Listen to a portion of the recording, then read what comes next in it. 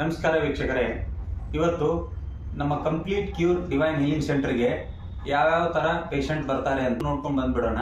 ಅವಾಗ ನಾವೇನು ಎಕ್ಸ್ಪ್ಲೈನ್ ಮಾಡೋದು ಬೇಡ, ಯಾವ ಕಂಡೀಷನಲ್ಲಿ ಇದ್ರು ಮತ್ತೆ ಯಾವ ಥರ ಅವರು ಹುಷಾರಾಗಿದ್ದಾರೆ ಎರಡೂ ನಿಮ್ಗೆ ಗೊತ್ತಾಗತ್ತೆ.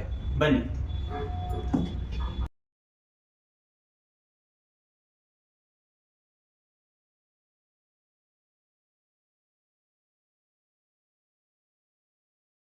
ಯಾವುದೇ ರೀತಿ ಇಂಜೆಕ್ಷನ್, ಮಾತ್ರೆ, ಟ್ಯಾಬ್ಲೆಟ್ ಯಾವುದೇ ಇಲ್ದೇನೆ ಆಪರೇಷನ್ ಅಂತೂ ಮೊದಲೇ ಇಲ್ಲ.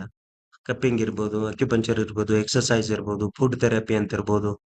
ಈ ತರ ಎಲ್ಲ ನ್ಯಾಚುರಲ್ ಥೆರಪಿಗಳನ್ನು ಬಳಸಿ ಮತ್ತೆ ಈ ಶಿವನ ಅನುಗ್ರಹ ಆದ್ಮೇಲೆ ನಾಡಿ ಸೆಟ್ಟಿಂಗ್ ಅಂತ ಮಾಡ್ತೀವಿ.